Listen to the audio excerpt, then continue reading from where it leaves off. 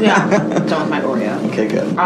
Do we really know what happened? The brother did. The brother, that's what I thought too. I mean, that seems like kind of obvious. Hey, do you want to talk about death? Yeah. I mean, Murdery thingy. Yeah, that was like a belch. Yeah, That was like a man belch. I think I won.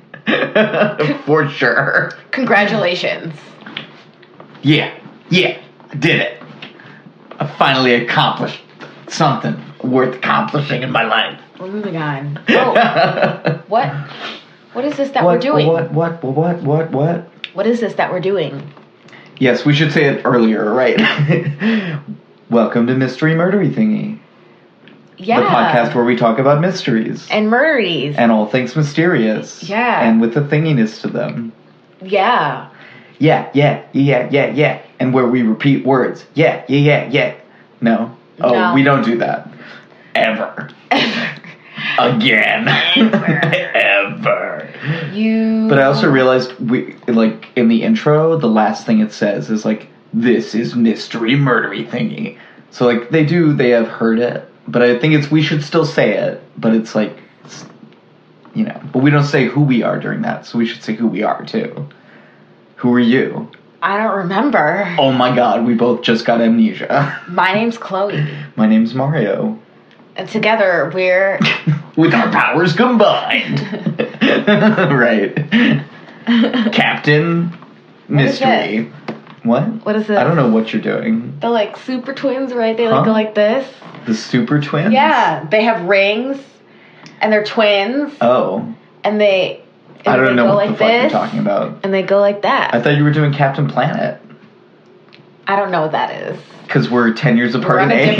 We're in a different generation. That's here. also that's kind of pertinent to the episode, though, because I'm going to be talking later about Kurt Cobain, and he died 3 years before you were born, but I was 8. So I remember him being on MTV and stuff. So I have a connection to that one that I don't that you obviously don't really have. What? I'm trying to Google the twin thing. It's not that important. You important. can cut that out. Okay, anyway. So I've been listening to the 27 Club episode, this book called The 27 Club. Yes. Tell me what you've learned. So, yeah, that's what I was thinking we could, start with maybe a little of just my random thoughts about the book. And, I'm, over halfway through now. I think I'm kind of 2/3 of the way through almost. And it's been really interesting. So, he kind of hits on a lot of the same themes that we did last time, right? Such as the natural excesses that accompany the 27 Club members and the hard kind of drug-filled, dangerous sort of lives that they lived. Yeah. And we talked about last time also, he tends to kind of romanticize or glorify it. He also kind of acknowledges that that's a thing that people do. I think it's a little bit self-aware. But there are times where he likes to talk about the Dionysian lifestyle, and okay, which is sort of pertinent to Jim Morrison particularly because he was really interested in mythology and philosophy. Apparently he asked his parents when he graduated from high school for a complete set of the works of Nietzsche, of Friedrich Nietzsche. Oh. And that's what he really wanted. What does that say?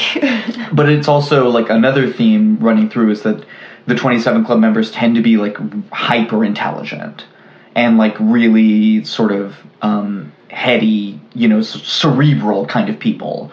Janis Joplin was that way, Amy Winehouse was that way, Kurt Cobain was that way. Jimi Hendrix, Jim Morrison, all of the real main ones. He talks about the 6 kind of main ones. Yeah. Including Brian Jones, although he was a little bit different. The founding member of the Rolling Stones.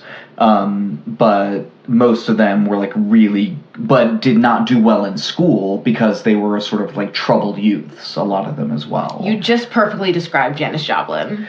But it applies equally well to so many of them. Yeah. And a lot of them come from divorce, and their parents divorced in their formative years when they were 5 to 10 or so. And they were really hard divorces, and a lot of them really did not get along with their parents.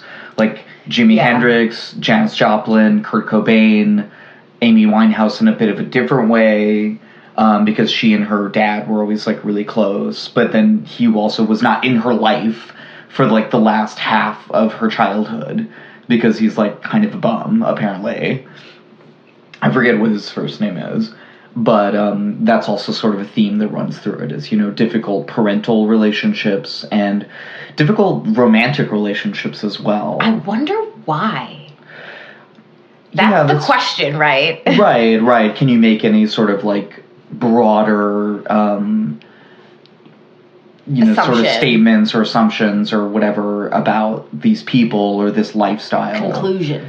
Are there any conclusions, right? I mean, we're sort of halfway through right now, so I think we're still sort of, like, assessing.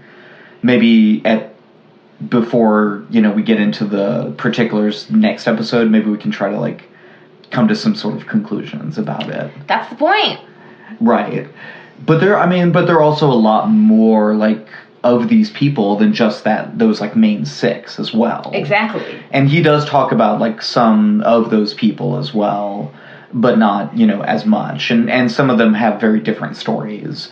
So, but that's also the thing about the 27 Club, is that it was built up around, because remember you were doing your research on Janis Joplin, you're going to talk about it, right?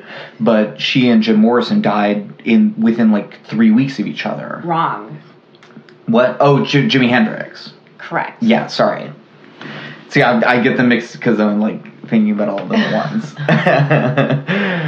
But they also, a thing that comes up in the book is that a lot of them did end up in the same place at the same time at different points. Yep. You know, those like, main ones. You know, because those, like, the guy from Canned Heat. What if they have some, like, weird interdimensional connection? Yeah, that's a bit of a leap, I think. But sure, it's a possibility. Maybe they were all famous people in the fifth dimension who are just visiting us for a set amount of time, and then they have to go back and continue their lives in the fifth dimension, you know. That's it. I think we've solved it. Yeah. You know, scientists say there are probably, like, 9 dimensions, I think, is, like, the one that's most popular right now. What does that mean?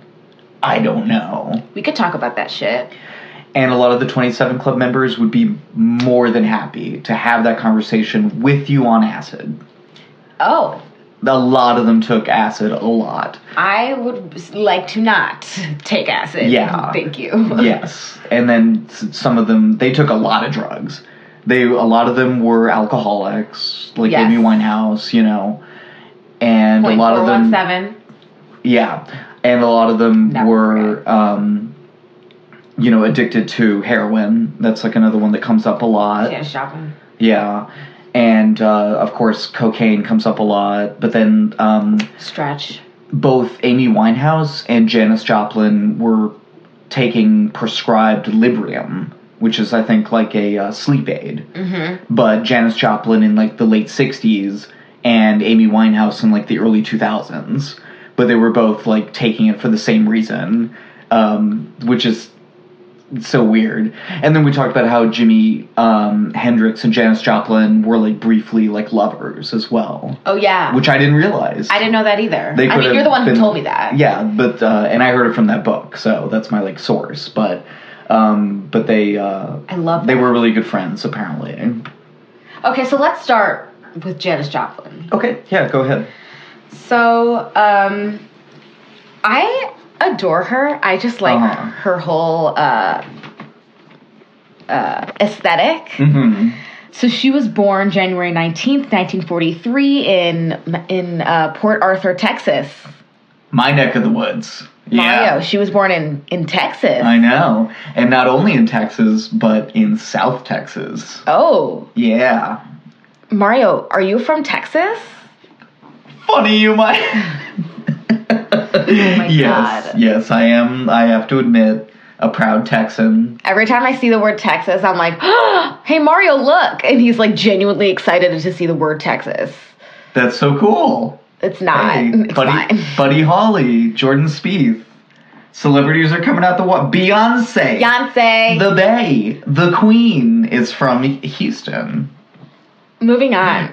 You're not supposed to be talking like that.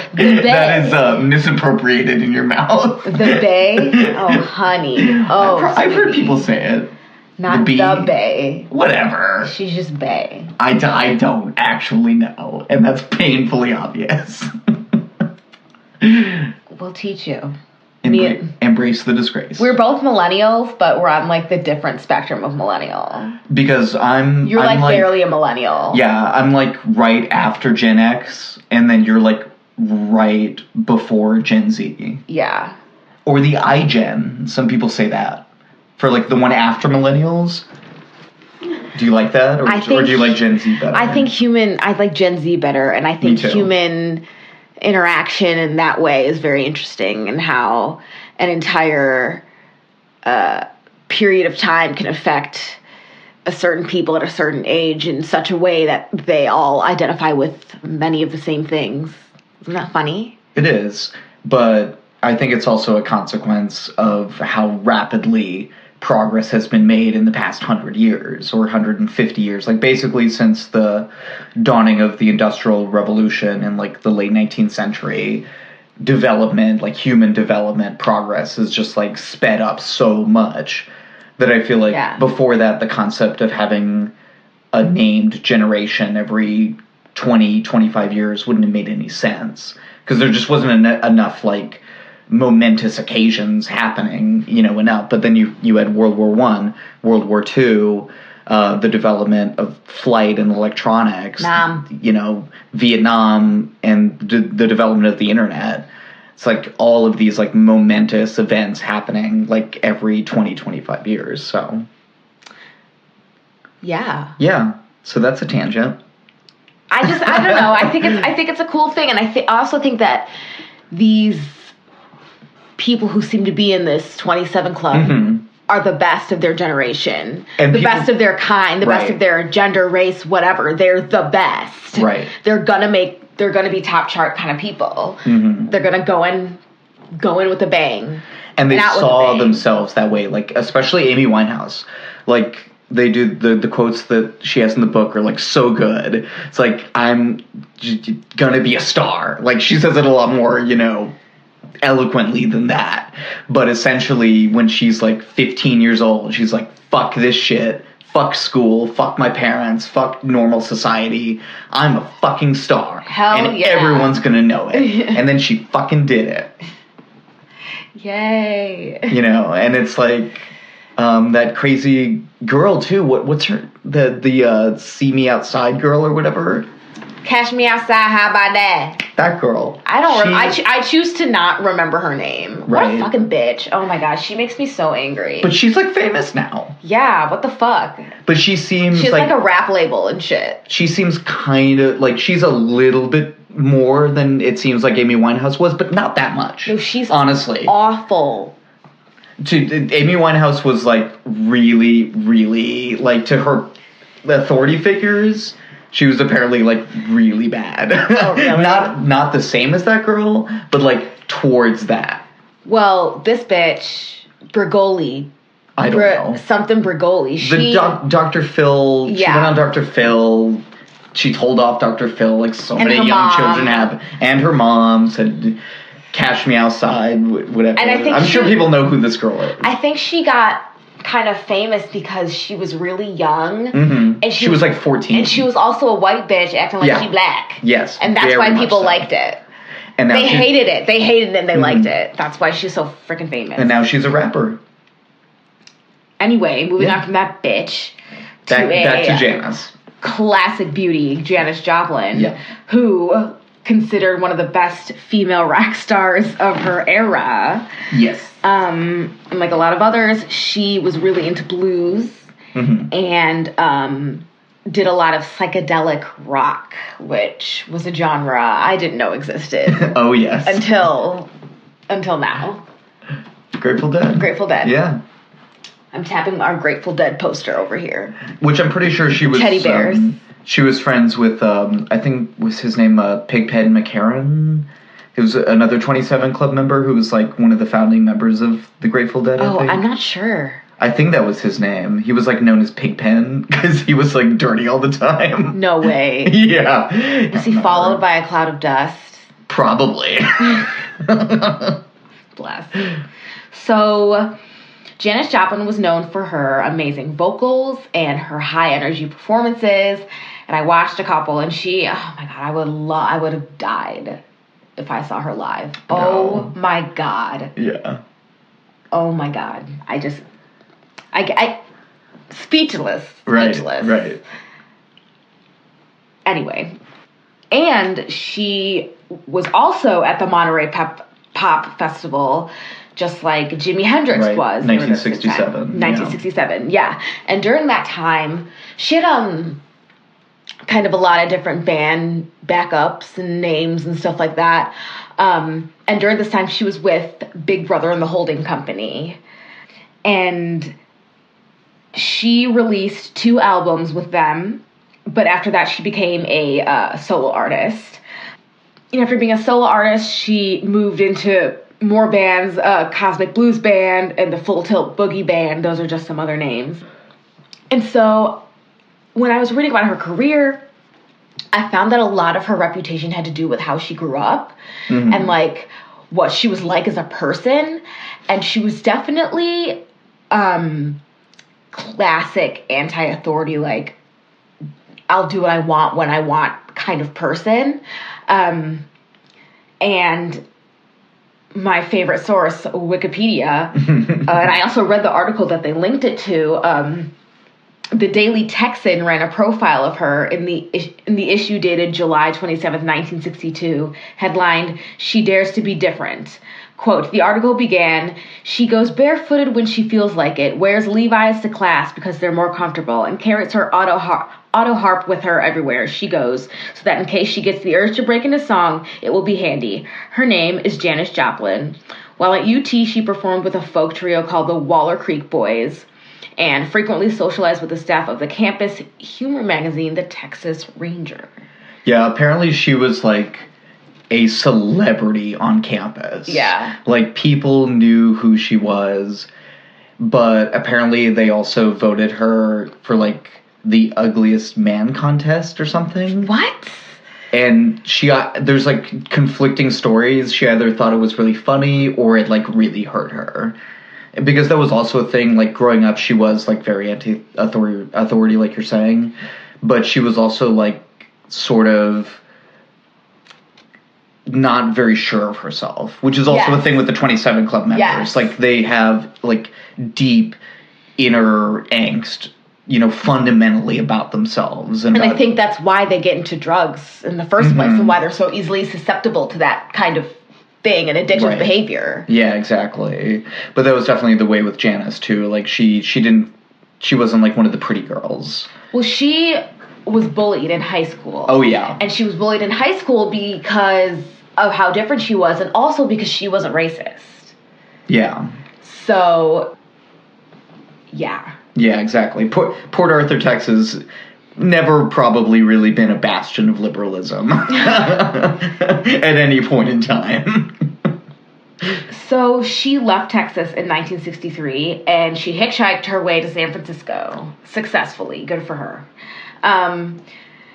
During this time, she was arrested for shoplifting, and then the next 2 years, her drug use kind of escalated, and she's doing gigs all the time. She gained a reputation as a speed freak because of her heroin use. The meth. Yes. Yeah, heroin's a downer. She was doing a lot of meth at the time. Oh. Yeah. I mean, she was doing everything, but the speed freak thing was because she did a lot of meth.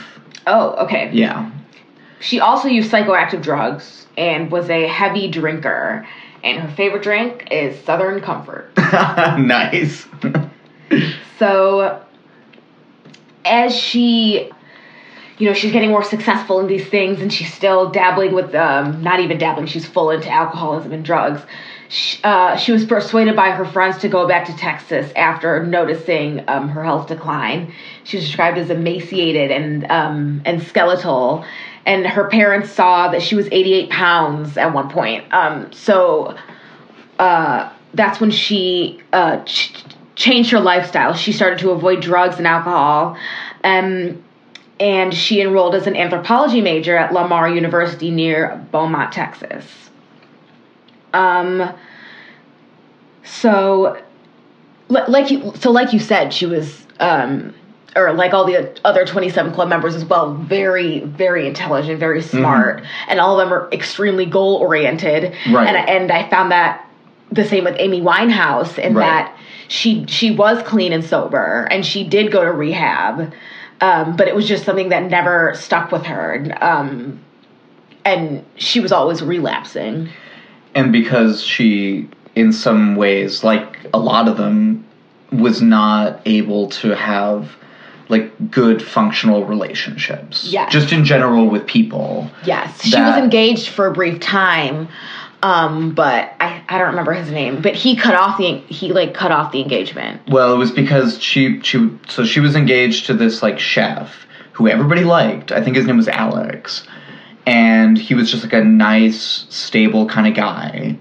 But there was this other guy named Blake who was like a bad boy, right? And did a lot of drugs and was like the one who basically introduced her to heroin, although he says she like asked for it. But she ended up with him instead of Alex. She like was cheating on Alex with Blake. Oh. And they had like, Blake and she had broken up previously, and she like went back to him. Mm-hmm. And she said she would never cheat on anyone because like that was something her dad did to her mom, and she like always resented that. So it's like kind of a tragic thing, you know. Yeah. Yeah. But it's also like one of those things that's like Janice and Amy are like pretty kind of similar in some ways too, you know. So let's get into her death. So she died October 4th, 1970. So what happened was she had a recording session that she failed to show up to. So her road manager, John Cook, went to where she was staying. She was staying at the Landmark Hotel, the Landmark Motor Hotel. She was in Hollywood at this time. And when he went to go check on her, he found her dead on the floor. The official cause of death was heroin overdose, possibly compounded with alcohol. And I read this, and I thought this was extremely interesting and very sad, that if this is true, her road manager, Cook, believes that she was given much more potent heroin than normal because several of her dealer's other customers also overdosed that same week. Oh my God. Yeah. That's pretty bad. And like we said before, she died 16 days after Jimi Hendrix. And that's when I think the 27 Club took charge. Yeah, but then, and I'm not entirely sure when the term itself was starting to be used, but I know that in the coverage, and even Kurt Cobain's mom mentioned it. And I think, like, even Kurt Cobain, like, sort of knew about this idea. And it was, like, so I think his death in 1994 is, like, when it really gets, I think, cemented that this 27 Club thing that's, like, sort of, I think, what... When it really becomes real. Amy Winehouse knew about it. She said she feared that she would die at 27. And it seems like Kurt Cobain almost planned to die at 27. So it's kind of interesting how it hits them differently too. They're like aware of it, and it's like ominous presence. But, you know, it's like different for each of them as well. You should talk about Kurt Cobain. And then we'll get into more of our mysterious 27 Club stories. Well, I was going to do Robert Johnson first. Oh, never mind. Do Robert Johnson. And then I'll do Kurt Cobain for my second one. Oh, okay. I wanted to do a correction first, because it's really dumb. So last time I said that Jim Morrison was known as the Snake King. Not at all correct. He was known as the Lizard King. That was stupid what I said. And I think he even had Lizard King, like, tattooed on him as well. So, anyway, just wanted to mention that because I remember I said that wrong. So, I'm going to talk about Robert Johnson. And Robert Johnson is one of the earlier 27 Club members, although if you look at lists, there's actually ones that go back all the way to the 1860s. So, this is something that people have kind of retrofitted onto some history as well. But Robert Johnson lived from 1911 till 1938. And if you're not aware, he was one of the eventually most famous and certainly one of the most influential blues singers, specifically Delta blues singers, songwriters, and guitarists. And he's known as, like, one of the, like, legendary guitarists. Amazing. He was one of the big influences on Eric Clapton. And I'm not, like, totally enamored of Eric Clapton, but obviously he's known as, like, a great guitarist. But Robert Johnson started out as just kind of, like, an annoying kid, basically, walking around his town, like, hounding older musicians and being like, hey, let me play your guitar, like, teach me how to play, like, I want to play in front of people. And he would apparently, like, take their guitar and just, like, play out on the street, and people would be like, oh my god, can you get that kid to stop? Like, he is terrible. Like, he's annoying the crap out of all of us. Like, what is he doing? So, Robert Johnson... He was determined. He was extremely determined. Like, that's the thing. Like you were saying earlier about the 27 Club members all having Slytherin. This ambition. Robert Johnson is, if anything, the most ambitious one. Like, from when he was a small child, apparently. And this is, like, one of the very few things that we know about him, by the way. Like, we know very little about his life, but apparently it's well established that when he was a kid, he just, like, was like, I'm going to be famous. I want to be famous. I want to be a great guitarist. I'm going to be a great blues musician. This is going to happen. Awesome. And I love that. I know, right? So he figured out, okay, I'm not going to... He was like 13, 14 or something at this time. And he figured out, like, okay, I'm not going to get this done in Mississippi, which is where he grew up. So he's like, okay, I'm going to go to Arkansas. I don't know why. Maybe that was the blues mecca of the day. I'm not sure. But he goes to Arkansas for 6 months, and he comes back a guitar master. I thought you were going to say God. Not quite a god. Not yet. But he came back as a significantly improved player who now was basically like a professional level player. Awesome. Who had left as a kind of rank amateur. Now, this is where... That's where he made the deal. Well, this is where the idea of the deal with the devil comes in. Really? Right? Really? Yeah, this is the origin of that. This is the supernatural episode? But we'll get into that. just rein it in a little bit, and I'm excited. I have supernatural written on my write-up, so don't worry. I'm going to talk about how it's about supernatural. Sammy. So when he got back to Mississippi after about 6 months, came back to his hometown, he had been apparently hanging out with this older blues musician who was also really good, who used to hang out in graveyards and practice because he knew that it wouldn't, like, disturb anybody.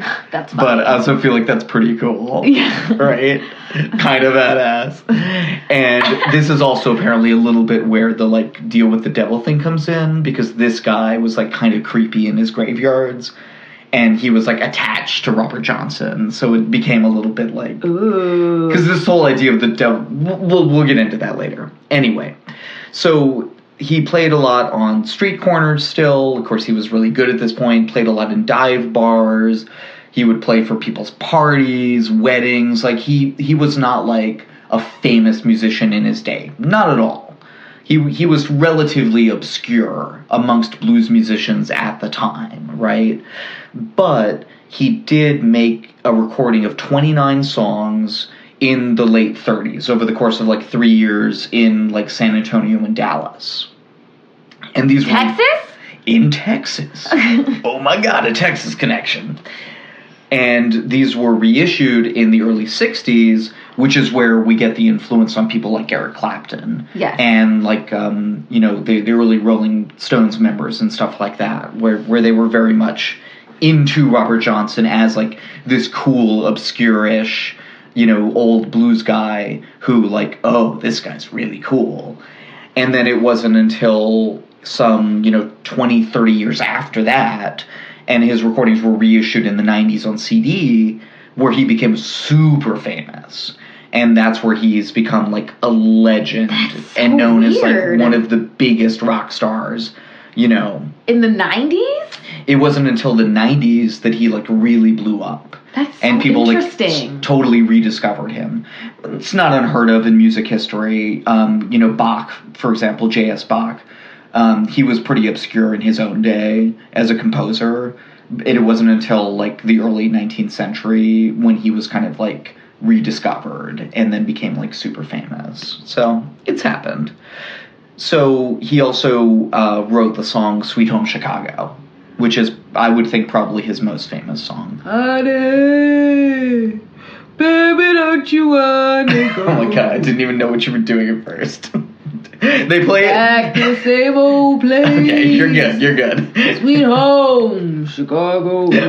Yes. Am I not a good singer? That's it. Am I not a good singer? You're not a good male blues singer. What? Yes, Miranda, I'm sorry. How could you say that? That is not true. Everybody knows. You're being rude. Everybody knows. Right. Okay. And like I said before, not a lot is known about his life. So we're just really left to wonder about the majority. He was an itinerant musician. He was a peripatetic bardsman, if you will, of the South. Ooh. Them's his words. All right, Willie Shakes. Right. His birthday was 2 days ago. I call him Billy Shakes because we're better friends than you're with him. But we talked about that before. It's fine. It's totally fine. And his death, Robert Johnson, we're talking about here, his death is also very mysterious. Mysterious. Ooh. Is that the point of the podcast? I like, yes, to say that word. Okay, so here's what we have as one of the accounts of how Robert Johnson died. He was playing a country dance, had been playing it for a few weeks as the regular guitarist, and he was murdered by a jealous husband after he was flirting with the jealous husband's wife. And this was done in a pretty ingenious way. So the husband poisoned a bottle of liquor and then gave it to his wife to then give as a present to Johnson, knowing he would take it. And he was a big boozer, right? Like a lot of the 27 Club members, big boozer. And he knew he would drink it. He would be like drinking it on stage, basically. That's evil. But another blues musician, Sonny Boy Williamson, said that he knocked that bottle right out of Robert Johnson's hand and said, "What are you doing? You do not drink a bottle that you have not opened yourself." He could tell it had been tampered with, and he told him not to drink it. Johnson just got mad and was like, "What are you doing? I wanted that." Now it's all broken on the floor. And Johnson drank from the second bottle that was sent to him, which was poisoned, and died. Oh my god. Wait, the first one wasn't? The first one was poisoned, but it was hit out of his hand by his But the next by his one friend. But the was next also- one he did not have his friend there, so. That's fucked up. And people say it may have been strychnine, but apparently that's not plausible because you would know there was strychnine in it. Like, it would have a smell and a taste, even in like corn, whiskey, moonshine, you would still know. But apparently it was something. So Johnson suffered horribly and died 3 days later. Whoa. Yeah. And 3 days? That's a long time. took him a long time. Agonizing death, apparently, that he went through for those 3 days. What did it do? What happened? I mean, I don't know specifics, but, apparently it was really bad. I'm not going to be able to, give you an ER episode breakdown. Damn it. I'm sorry. What does strychnine do to the body? I don't know. I didn't really look into that because it wasn't that. I would have looked into it. Do you want me to talk about polonium tea more? Or I can describe that. We'll do a poison episode. Yeah, exactly. So later on, a musicologist called Robert McCormick claimed that he tracked down the actual murderer and extracted a confession from him, but he didn't name who it was. So, doesn't seem too plausible to me, but apparently this guy, McCormick, claims that he actually knows that Johnson was murdered because he got a confession. Maybe. Huh. There's another version of it, basically the same, but that it was the jilted lover who gave him Robert Johnson's jilted lover, like, you know, his girlfriend who he was cheating on with another woman, who then poisoned him with the whiskey bottle. Now, finally, we're going to get to the legend of the Crossroads demon and Robert Johnson selling his soul. So this is, of course, one of the, you know, this is inspirations for Supernatural. This is the explanation. This is it. This is what happened. That's why. Right, exactly. So this is the end all be all right here. This is totally true. It's all historical fact, of course. Documentary science. Evidence, of course. It's science. So according to legend, science. When Johnson, according to science, according to scientific legends, when Johnson was a young man, he talked about wanting to become a great blues musician, and someone told him to take his guitar and go down to the crossroads near Dockery Plantation at the stroke of midnight. And there he would meet the devil, in some versions of Black Man, who tuned his guitar, played a few tunes, and gave Johnson the guitar back. And immediately, the guitar prowess of Satan was transferred to Robert Johnson. What? And this is essentially a retelling of the Faustian myth. And it's completely made up. This is not at all based in reality at all. What? This didn't happen? It was a story that was made up in the 60s, actually. Like, after Robert Johnson became famous, it was a story that was, like, grafted onto him. Partly because of, again, there was, like, creepy associations with people around him. Partly because this is just, like, I think, a justification for him having become so good. Oh, of course, he could never do it himself. There's like subtle hints of racism stigma. In it, especially in the tellings where it's a black man who Satan comes looking as. Some of this stuff actually gets pretty bad. Like this whole thing about the crossroads, it's kind of darker than you think. Oh. It's not so light, but I'm over here like hee hee hee. It's so funny. And it's like super racist. Like not super, in Jim Crow. And there is this apparently African religious figure? Something. There's like a story or something. There's something having to do with the crossroads and a certain demon who something or other. I can't remember exactly. But there's like some sort of basis in African historical, mythology and religion, so I'm not sure. And there was a movie called Crossroads that was made in 1986 that was like specifically like depicting this like story that Robert Johnson sold his soul, so pretty funny. And just as kind of a coda, or two codas, I guess. Are you going to talk about Supernatural? That was the only thing I was going to say about Supernatural.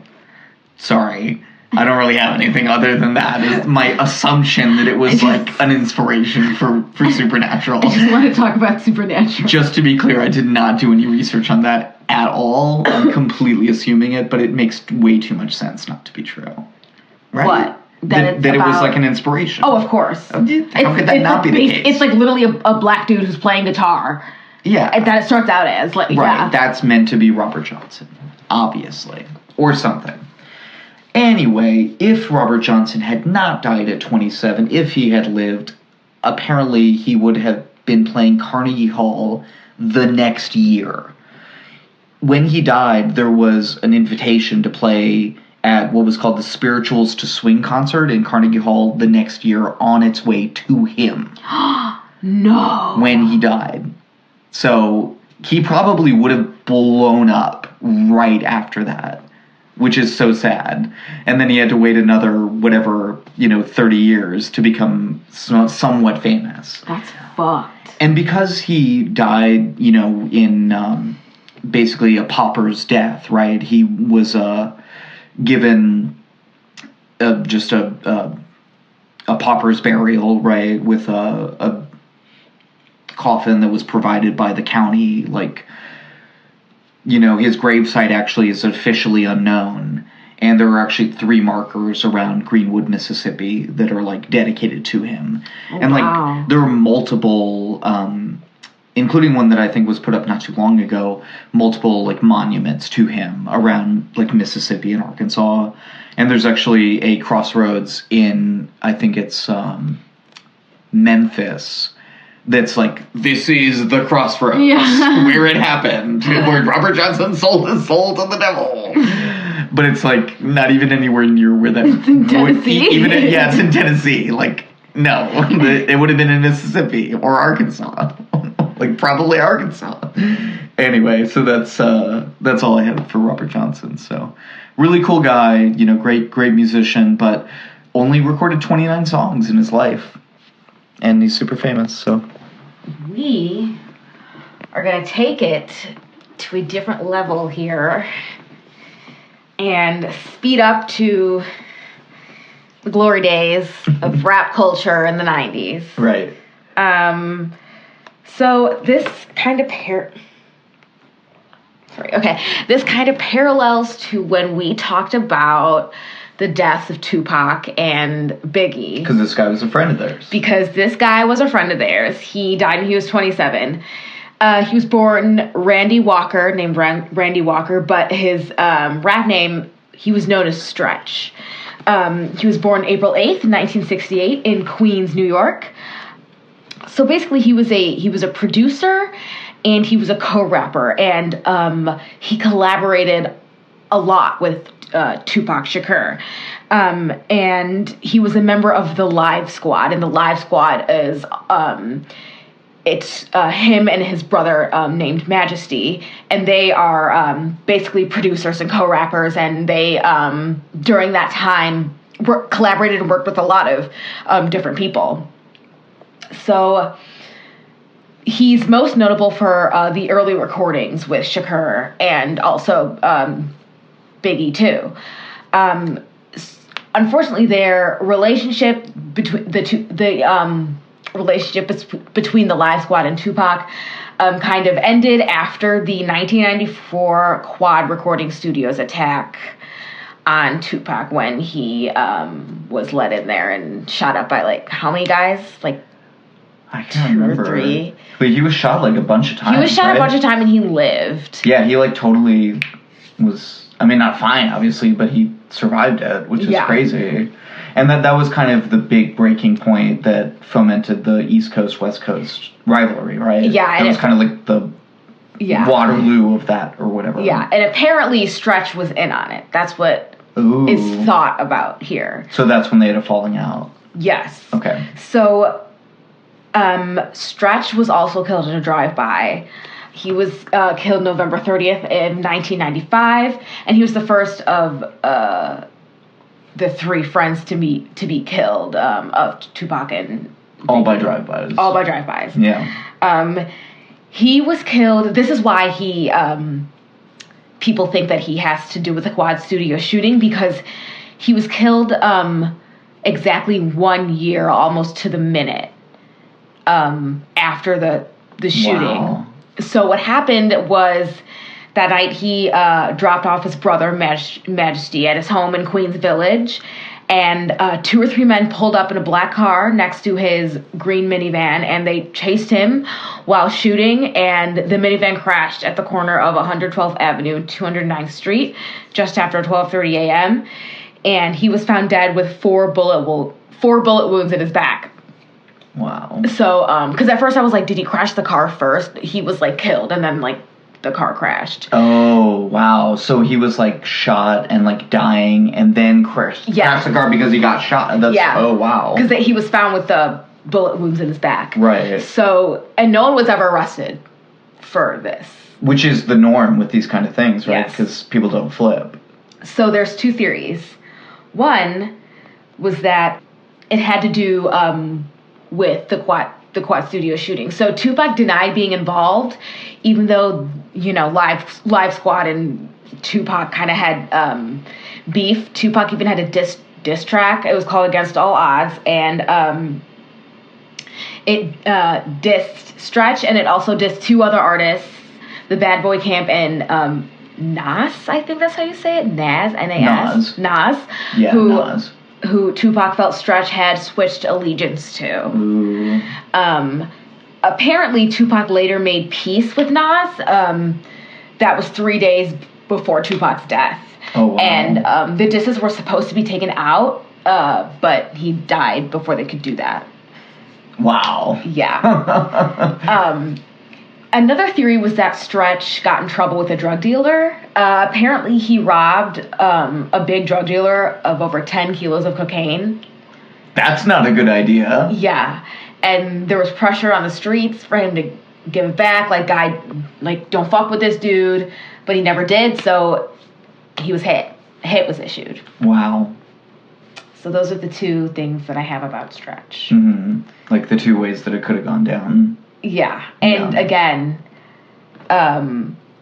obviously everybody during that time and everybody in the rap game during that time was all incredibly driven type of people. Like, this was their lives. And he was definitely had that same kind of mindset. And yeah, he was a kid just like everybody else. 27. But he never made it as big. I mean, I'd never heard of him before. No. But you said he was like mostly a producer? Yes. Okay. Which, in this whole 27 clip thing, that's always kind of a question, like some of the statistical analyses that have been done, like, do you include producers and, like, recording, like, engineers even, and, like, managers, and, like, people adjacent to the music industry? And then do you also include, like, actors as well? Yeah. And, like, other people? So there were some other deaths just surrounding Tupac and Biggie's, including Stretch's and two other artists. Oh, yeah. Who were also, like, killed. Mm. Yeah. It's crazy. Yeah, definitely. Something happened and then kind of blew up. Yeah. Boom. Yeah. Yeah. So that's Stretch? That's Stretch. Yeah. Good. Who are you going to talk about? I'm going to talk about Kurt Cobain. Okay. So, Kurt Cobain lived from 1967 until 1994, and he grew up in a small logging town called Aberdeen, Washington, which he fucking hated. Sounds awful. Yeah, really did not like living in Aberdeen, Washington. He was always, like, very artistic, like, he was really into art and music, and, like, his dad was, like, not about that at all. His dad, like, wanted him to be into sports, and, like, wanted him to just be, kind of, like, more quote-unquote manly or whatever. And apparently his dad would go and, like, flick him on the back of the head when he would walk by. Oh, like, yeah, that's mean. Just, like, fucking with him. Yeah, he would just be, like, mean to him. And he was kind of, a naturally kind of happy child, but he was kind of left out at home, and he was kind of left out at school as well, because he happened to go to a high school with, like, a lot of, like, jockey rich kids, kind of, who lived on, like, the good side of town. Yeah. Literally, like, up on the hill. And then he lived, like, down in the valley. Like, that's literally how it was there. Where did he live again? Washington? Yeah, Aberdeen, Washington. Yeah, there's Washington State, the Pacific Northwest. Yeah. So his family wasn't rich, and he was definitely a lot more into reading, music. He was really into Buddhism. And nice. Yeah, the other, like, guys and people at his school, like, were not about that.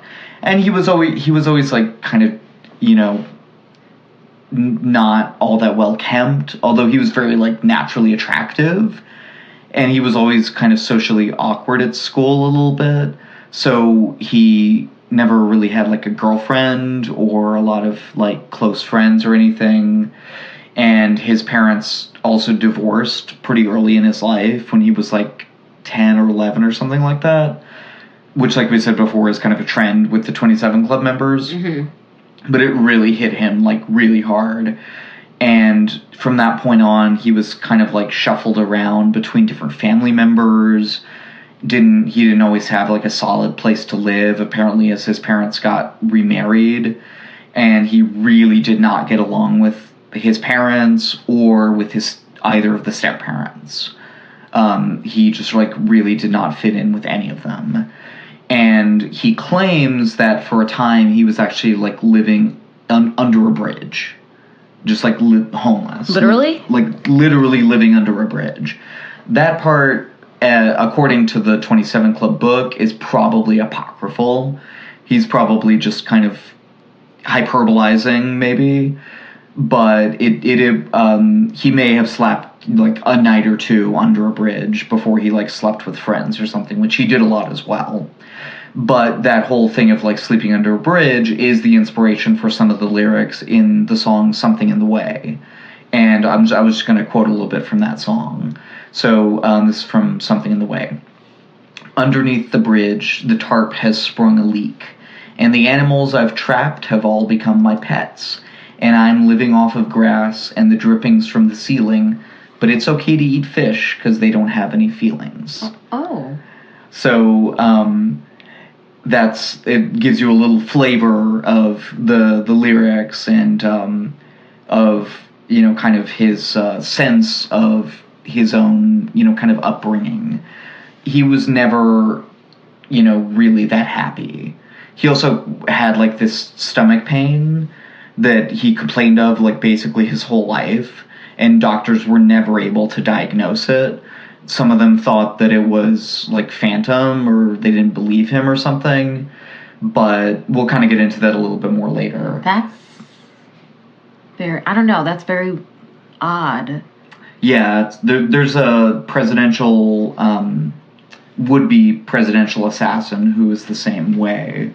I think it was Cholgosh, who had a stomach pain like his whole life, and it just like drove him crazy.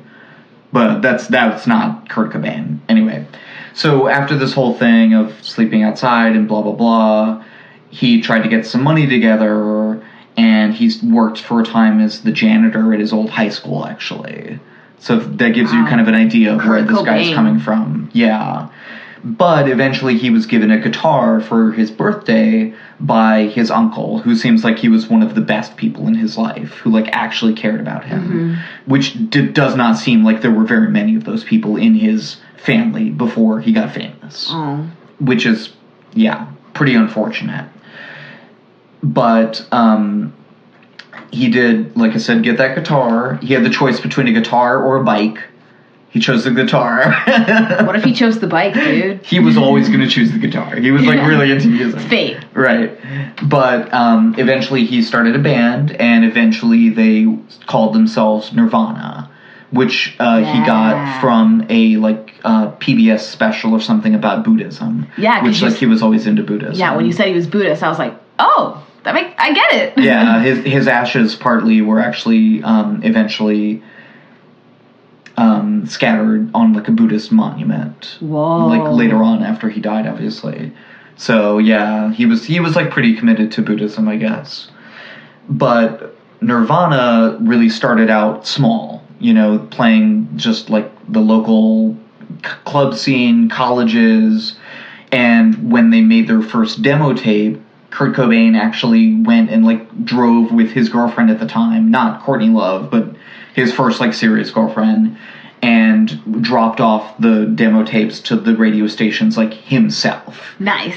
And after he had done all of that, old school, right, before they drove back to Seattle, he actually called one of the stations and requested the song. And like they played it, and while he was driving back, and he was like apparently like so excited, like, oh my god, they're playing my song on the radio, like what is happening right now? Just again to give you a sense of where they're coming from, because they got really big really quick, and this was in like 1992 or so, and they became one of the biggest bands, and Cobain became the biggest star to come from what's called the grunge genre, if you want to use that word, of the early 90s. And grunge was basically an outgrowth of punk that grew up around the American Northwest, around like Portland, Seattle area. You know, bands like the Melvins that he was friends with, and what's the other one I'm trying to think of? I have no idea. And other grunge bands that also were bands that might also still be bands. Who knows? People still like wearing flannel. I love wearing flannel. I wore flannel yesterday. That's where that comes from. And it comes from... Oh, that's a grunge thing? That's a grunge thing. And that comes from the way loggers dress. I know that. Because there's this thing called lumbersexual. Right. And it's basically a man with a tall, busty man with a beard who wears flannel. A large and bushy, but well-maintained beard. Yes. That you rub oil in. Yes. Which Henry was talking about on one of the recent episodes of the last podcast to the left. He was like, apparently got this nice beard oil that he likes to do in his beard. Mario, I swear to God, if you ever have a beard long enough to where you need beard oil, I will shave it in your sleep. I can't go that long. No. Once it gets to little... We're getting off. We're getting off topic. I like to talk about your facial hair. I know. Not good for a non-visual medium, maybe. Oh. Maybe. Not good radio. I don't know. Maybe. So, to get back to the story, Cobain did not enjoy being famous. As with... Really? Yeah. And sort of reminiscent of, right, Jean Kuhn, of Jim Morrison. Yeah. But definitely not of Robert Johnson or some of the others. Yeah. But it just did not wear well on him. He hated the limelight. He hated all the fucking tabloids and all the people who, at certain points in it, he really felt like because they were getting so famous and because their fans were now of such a large set, right? That they weren't those like core, hardcore fans that like truly understood what they were trying to do artistically. Yeah. Kurt Cobain wanted to be seen as like a serious artist and like writer. And was he not taken seriously? Well, yes and no. I mean, it depends on whom you asked, right? Or whom you ask now. But, very similar to Jim Morrison, he like really wanted to be taken seriously. And that was like a big thing with him. And I think he felt because the band had become so popular, there was an assumption that they were pandering to the middle of America somehow. And that because of that, their artistic purity was somehow, was somehow in doubt. Yeah. And I watched a really good interview with him, a Canadian journalist interviewing him, and it was less than a year before he died. And he said that he had basically come to terms with that he didn't think that anymore, that he realized that their commitment to their artistic purity did not depend upon how famous they were, and that they were always going to be committed to that artistic purity. And I think he was, until the end. They didn't get more sort of commercial as they went along, like some other bands have done. That really never really happened, and they put out whatever 4 albums while he was alive and a few more after he died. So, I think, people do take him seriously, for sure, and did at the time, but a lot of people would dismiss all of, rock and roll or rock music or, whatever. Kendrick Lamar won the Pulitzer, so now everything's fair game, I guess. So once they did start to make it really big, the unfortunate heroin use that Kurt Cobain had been doing since, for a while, actually, because of that stomach pain that I mentioned earlier. He turned to heroin? Yeah, he started to he made a conscious decision to self-medicate on heroin for his stomach pain. Why? I don't know, but I wonder where that logic... It must have come from somewhere. He must have genuinely thought that was a good idea for some reason. I mean, I could understand if you were living in the early to mid 19th century, that opiates are, just taking opium was like kind of okay, you can it was like seen as a sort of normal thing to self-medicate with opium, which heroin is basically opium. So, but yeah, to do it in the late 80s or mid 80s, like, I mean, we knew, like, at that time, like, many famous people, Miles Davis, famous musicians have died from heroin overdoses. Yeah. Like, I don't know where he got the idea to do that, but once they got famous, he started, if anything, it got worse. Because then he was using it to deal with his anxiety as well. Oh, stemming from the sudden See, that's success. when it... So, things started to spiral, and they really just continued throughout all those, years, which is also kind of a recurrent theme in some of these stories. And Kurt Cobain also had a pretty rocky relationship with his eventual wife, the band Hole frontwoman Courtney Love. Police were actually called to their house more than once, and their child was actually almost taken away from them by social services. Oh my God. Yeah, so there was a lot of chaos in his personal life, which was, really oddly kind of juxtaposed with this, like, big rising success of Nirvana, of the band. So there was, like, this kind of disconnect. And people would definitely see that, in Kurt Cobain, where he would be one, crazy, alive, in-your-face person on stage when he was singing and when he was performing. And when he would get off stage, he would just become totally lethargic and just totally disconnected.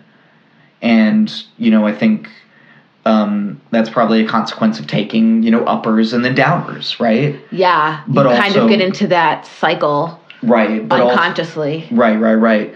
But also that may have just been heightening a sort of manic-depressive cycle, or bipolar cycle. And bipolar disorder is something that also runs through the 27 Club, diagnosed and undiagnosed. Yeah. But many of them seem to display, traits of a bipolar person. And, of course, as we were talking about before, I'm old. I remember watching Smells Like Teen Spirit constantly playing on MTV all the time. Which, is something that you remember if you were, born between the late 70s and, late 80s.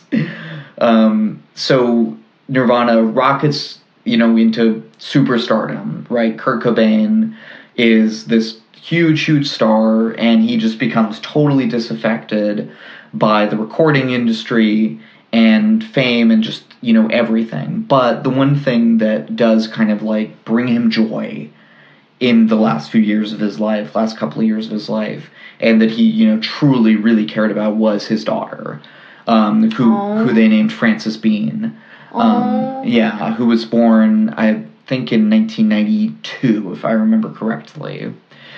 And he was always, really close to his daughter. He was, like, known as, like, a really, like, doting father, like, really affectionate and loving. And he actually, was trying to get clean right when she was born.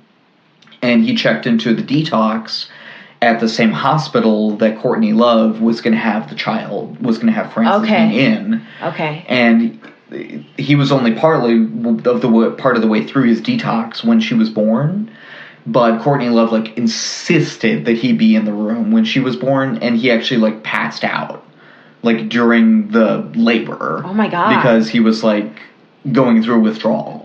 So, I mean, again, that's so crazy. And we keep coming back to this, right? Just the chaos that it seemed like was inherent in Kurt Cobain's life.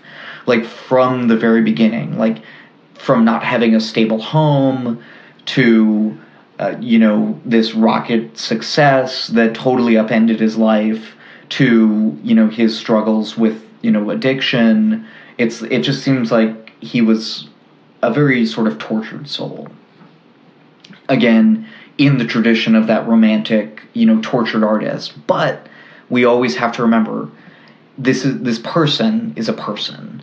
First and foremost. And I think it's really hard to do that because of the disconnection that we have with celebrities. Right. To, like, remember that there's a real person there. Like we were talking about before, you know, we don't know them. Yeah. We don't know who they are, really. We know their work. But we have to acknowledge that the work and the person are two different people. Or exactly. They're two different entities, maybe you can say. And maybe that helps you to have, again, as with all these things, have a little bit more empathy for that person. So the problems with drugs, unfortunately, did continue to worsen. He tried to get clean for his daughter, but it did not end up happening. Well, at this point, he was on it for so long, right? Yes, and it seems like, you know, this was a trajectory, yes, that had been set long before. And the sort of presage of his eventual passing was in 1993 when he overdosed in Rome after a sort of truncated European tour. He, like, couldn't do it anymore. I think they only got, like, half the way or whatever through the European tour, and he was like, I can't do this. And he went to Rome to try to just get his head together, and he ended up ODing. He was briefly in a coma for 20 hours, but he did survive, and it was reported that this was an accidental overdose on Rohypnol, but it may have been a suicide attempt. We really don't know. You know, we'll never really know. But in March of 1994... Oh, sorry, this was another incident in the interim, actually, in March of 1994, where Courtney Love called the authorities because Cobain had taken a lot of meds and was holed up in a closet with, like, a bunch of guns. He was also pretty into guns. And the police came, they took the guns, they took the meds, but they said he's not suicidal, so they didn't do anything else. I don't know how they would know that, the police, but they didn't do anything else. Oh, my God. And, you know, Courtney Love, other people, his friends, you know, tried to, you know, get him to go to rehab, but, you know, he wasn't going to do it. You know, when they tried to make him do it, he would walk away. He would start going and playing guitar. He just, like, would tune it out. As Courtney Love, or not Courtney Love, as Amy Winehouse would say, you know, a decade later, they tried to make me go to rehab, but I said, no. And apparently that was a real thing that she said to a friend of hers who was like, oh, we should make a song out of that. But Kurt Cobain eventually passed on April, or they found him, rather, and it's a little bit in dispute, but they found him on April 8th, 1994. They estimated he'd been dead for 3 days. So, oh my God. When they found him, and he was found by an electrician who was there to do work on the house, and he was in a greenhouse, actually, that was, like, above a detached garage behind the main house. Why did he go unnoticed for 3 days? He was having a really hard time at that particular time with Courtney, and they had kind of had a bit of a falling out and weren't talking at that time exactly, and he didn't seek, you know, kind of other people, and he was always a bit of a loner, so it wasn't so unusual that he would have been out of contact for 3 days, but enough that, you know, I guess, I don't know, they didn't think that it was, like, that big of a deal in and of itself. But he was, like I said, found in the greenhouse, and he was dead by an apparent self-inflicted shotgun wound to the head through the mouth. So he had apparently put the shotgun into his mouth and so pulled the trigger. It was suicide? It was almost certainly suicide. There's almost no chance that it was not suicide. There was a suicide note that was left in an empty flower pot with a pen stuck through it, which is kind of unnerving. And the suicide note was addressed to his fans, his wife, and his daughter, of course. And the suicide theory is further bolstered by the fact that Cobain had spoken of suicide before, many, many times before. Even when he was younger, a child, he had, like, made up a song about it. Like, he was always very sort of fascinated by death and always kind of was sort of a macabre person, right? And sort of was he also apparently watched a suicide video like a bunch of times in the years before his death, like almost as if he was rehearsing it somehow. That's freaky. Very freaky. Very, does not sit well, right? But, even though it is pretty clearly suicide, there have been certainly other conspiracy theories, alternative theories, one might say, that have cropped up over the years involving murder plots, usually surrounding Courtney Love. But the Seattle police, although they still do receive weekly, apparently, requests, mostly through Twitter, to reopen the investigation, they say that there's no reason to do so. But people did force them to release pictures of the actual shotgun that was used, because one of the conspiracy theories had said that it had been melted down to hide evidence. But that's not the case. They still have it. This was in 2015 or something. They released photos of it. So let's get into a little bit of the alternative theories. Although, like I said, it was almost certainly suicide. There's a Seattle public access TV host named Richard Lee, who has apparently been pointing out supposed flaws in the police investigation from the very beginning, as soon as it happened. So people really think it wasn't a suicide? There are definitely people who think it wasn't a suicide. There's a whole, I'm sure, a whole community. Subreddit, whatever, a whole community. Yes, and multiple movies and YouTube videos and what have you. But the series that Richard Lee does is called Kurt Cobain Was Murdered. And it started, like I said, right after it happened. He pointed to the dearth of blood, the lack of blood in the scene. But apparently that can be explained, again, because Cobain shot himself apparently through his mouth into the head. And in those cases, one expects to find less blood than if one simply shoots the shotgun directly to the head itself. I know it's bad, but it's forensics. It's necessary. Although gruesome, and I'm certainly very uncomfortable with it.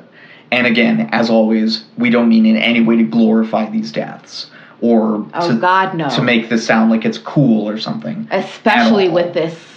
Yeah. These deaths are already incredibly glorified. Exactly. That's not the point of this. At all. And there was a man named Tom Grant who was actually hired by Courtney Love. He was a private investigator to, look into this. And he's actually the main proponent now of the murder hypothesis, which centers around Courtney Love. So I know it's kind of weird. She hired him originally, and he kind of, ended up implicating her, but that's how it is. Whatever. He claims that his kind of main claim is that Kurt Cobain had, way too much heroin in his system to be able to pull the trigger. That he would have just been completely passed out. Apparently, this is not maybe completely solid, though. Is that something you can tell? Well, certainly you can measure the concentration of a substance within different bodily fluids, right? Well, yeah, but would you know if this person would be... Right. That's the thing. First of all, no, you wouldn't. Because people have different tolerances. Exactly. And like we said before, Kurt Cobain had been an almost daily heroin user for years and years. So that, yes, very much so. But even the amounts that he was basing that on may not be accurate, because they were based on only based on news reports, not the toxicology report, which was never released for privacy reasons. Of course. So we actually have no idea how much heroin was really in his system. We only know what was reported by the press. That may be that may or may not be true. May or may not be true. Might have been misinterpreted. Who knows, right? And Tom Grant says, as to the suicide note, that yes, the main portion of it was written by Cobain, but that portion could be interpreted as a letter stating that he's simply leaving Courtney Love and the music business and all of this behind, but only in the sense that he's leaving it behind. Not to die, but just leaving, physically leaving. Okay. That's so what he says. It could have been taken differently? Right, and then that the part at the bottom, which is in a different script, is the only part that explicitly talks about suicide. And he purports that that was added by another person, and that this letter was simply something that Cobain had written previously and not sent yet.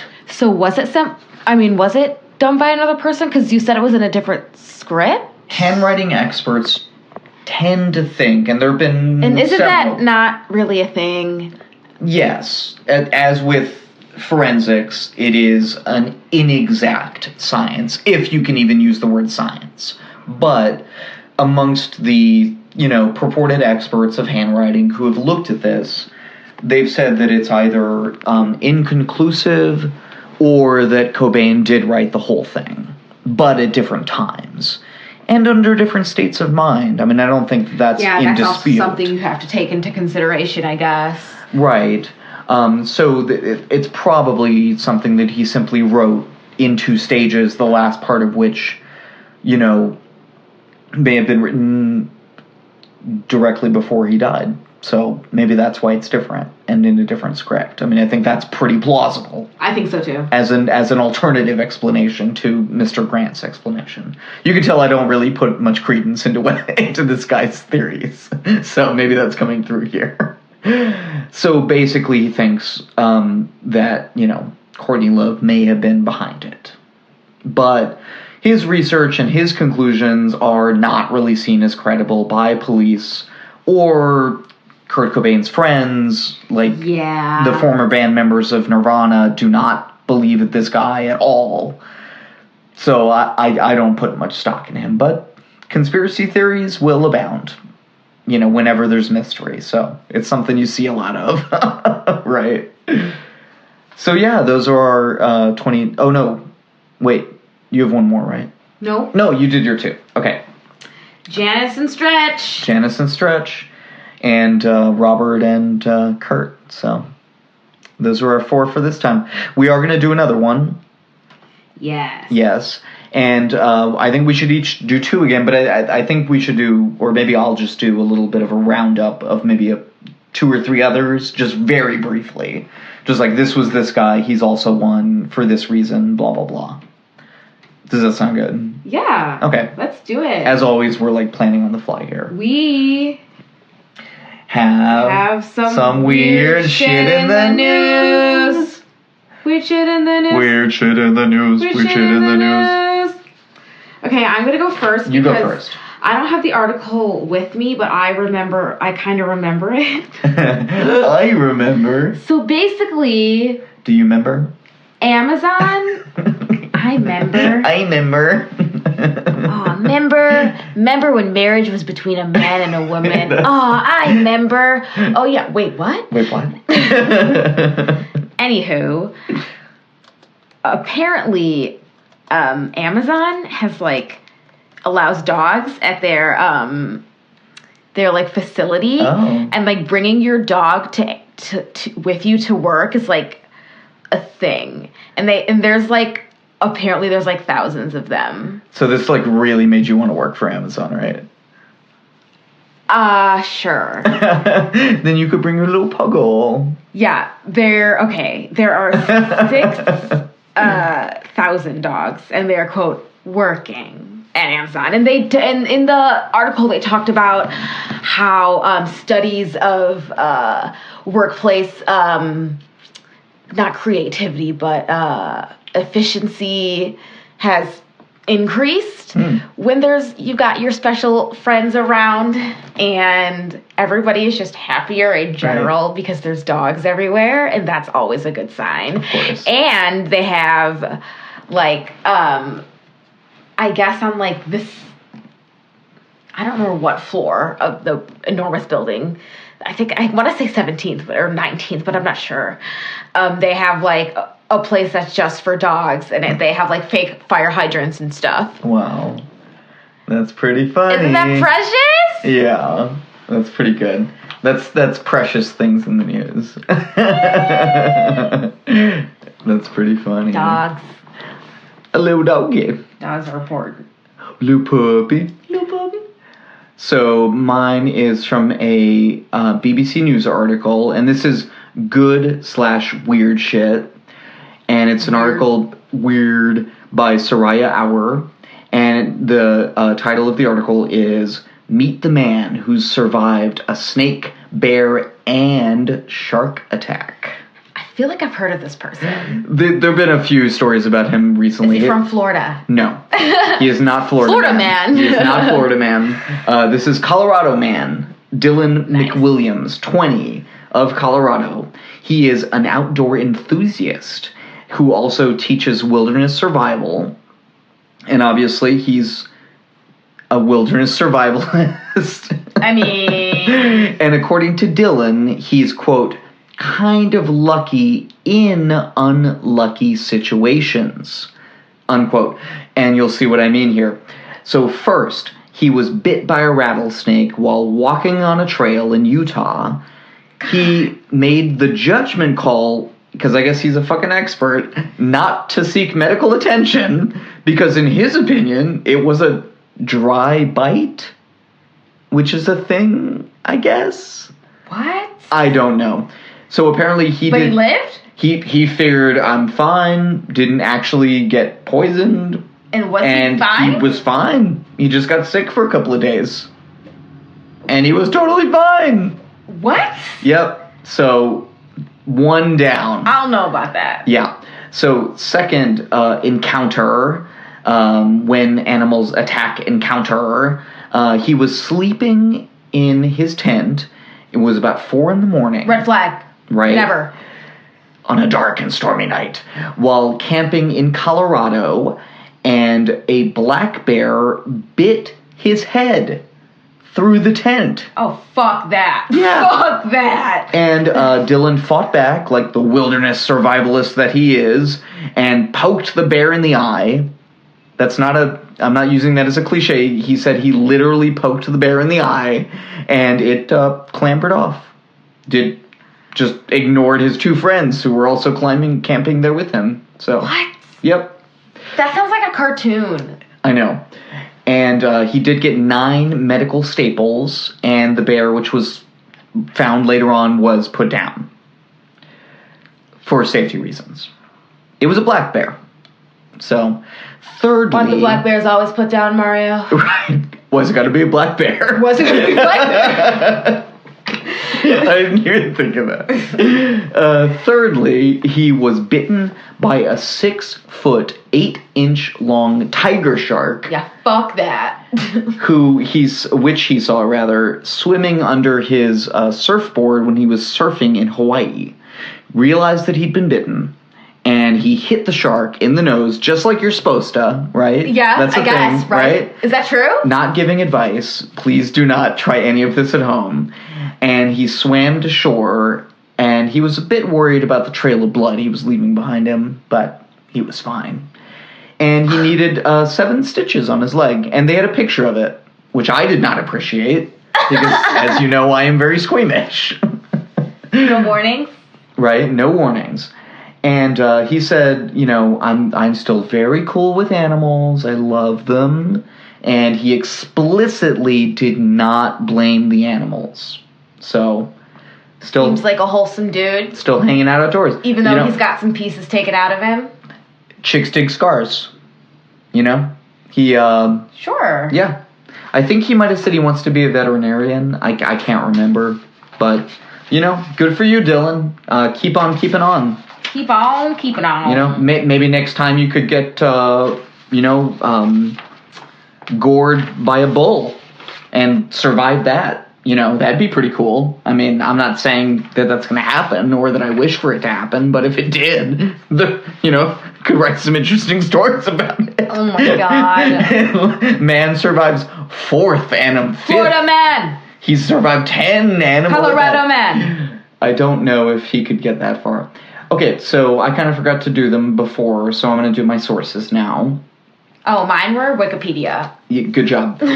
So for the Robert Johnson portion, mine was also Wikipedia, the Robert Johnson page. Also a little article by Joel Rose on NPR, and one by Joe Clark on Mother Jones, and then also his page on the biography website. And then let me get my ones up here for Kurt. Mr. Kurt. I have an uncle named Kurt. Cool. Yeah. Anyway, so I got stuff for the Kurt Cobain section from the biography website page, and also the YouTube video, his like biography that aired on TV. Also from the 27 Club book, which doesn't really mention Robert Johnson much at all. Also, there were some Kurt Cobain death scene photos on CBS News. And how was that? They weren't too bad. They didn't really show the body. There was also a YouTube video called One of Kurt Cobain's Final Interviews, including extremely rare footage, which was posted by Watch Mojo. That's the one I mentioned earlier. Also, the Wikipedia page, Suicide of Kurt Cobain, another YouTube video called Courtney Love Interview about Kurt Cobain's Suicide, Drugs, Hole, and Francis, 1995, which was a really kind of hard-hitting interview with Barbara Walters, in which Courtney Love like breaks down multiple times. Oh, man. And Barbara Walters is like, "Do you think it was your fault? People say that." I can't do Barbara Walters. She's a robot. She's like a robot, yeah. You did a lot more research than I did. And yours was much more fleshed out. Maybe. Hey, thanks for listening, you guys. Yeah. So fucking much. This one went on for a while, but it was a good discussion. It was a little bit longer. What are we at? We're at like an hour and a half. Oh, yeah, we are at almost an hour and a half. Yeah, this is our longest episode yet. Cool beans. Yeah. Thanks for sticking with us. I know, right? If you've made it to this point, then you must actually like us. So we'll tell you about our Patreon page. Yeah, that means you should totally donate. Maybe like $1 a month. It's a contribution to the cause. That's what I like to call it. It is in the furtherance of the uncovering of further mysteries. Yeah, support your local artists. So if you go to Patreon, that's Patreon. Correct. .com/mystery murdery thingy, name of the podcast. Patreon.com/mystery murdery thingy.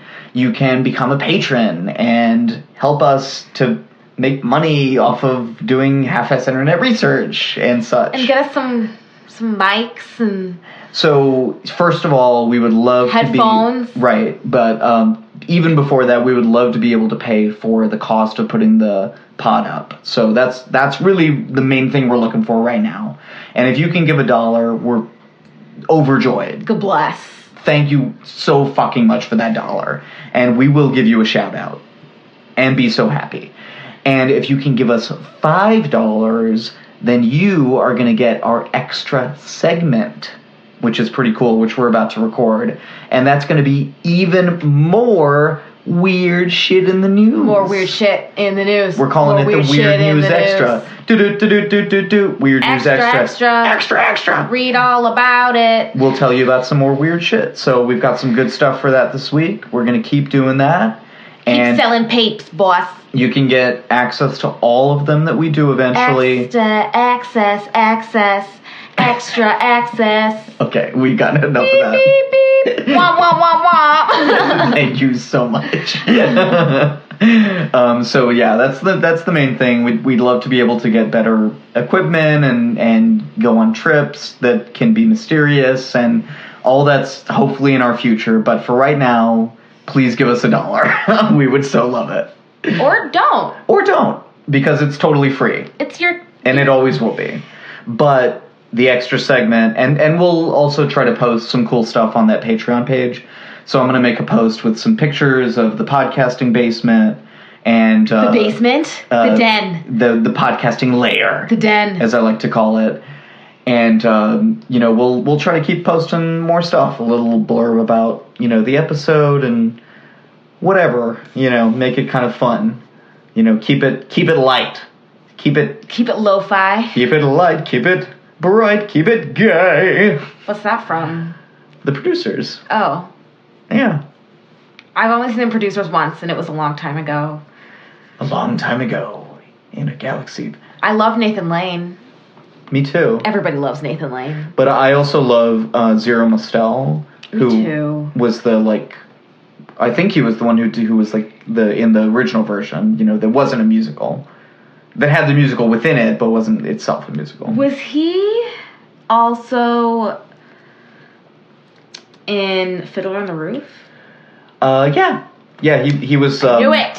He was the Fiddler on the Roof that did the original Broadway cast, I'm sure. That's what it is. Although that's what it is. The original West End version was Topol. And I think he's the one that's in the movie, Topol. I think he's the one that's in, like, the movie version, but I can't really remember. Anyway, we've probably rambled on for long enough. Anything else? You guys should rate and subscribe us. That would be so amazing. On all of the platforms. That's worth at least $1. For real. We're up on Spotify. We're on iTunes. iHeartRadio, SoundCloud. Well, SoundCloud not anymore. So we're only going to have, like, a few episodes because otherwise we'd have to pay, like, 2 fees to keep them all up on SoundCloud, too. So we're going to be on iTunes and Spotify and iHeart and Google Play. Yeah, and our show page is on Pippa. And also follow us on Instagram. Yes, more Instagram-y stuff to come. Yeah. Faux show. I'm going to post a picture of Janis Joplin's Porsche. Yes, that was I liked that picture. It's a good picture. Okay. Well, maybe I should find some pictures and send them to you. All right. Okay. Okay, bye. Good job, Mayu! No.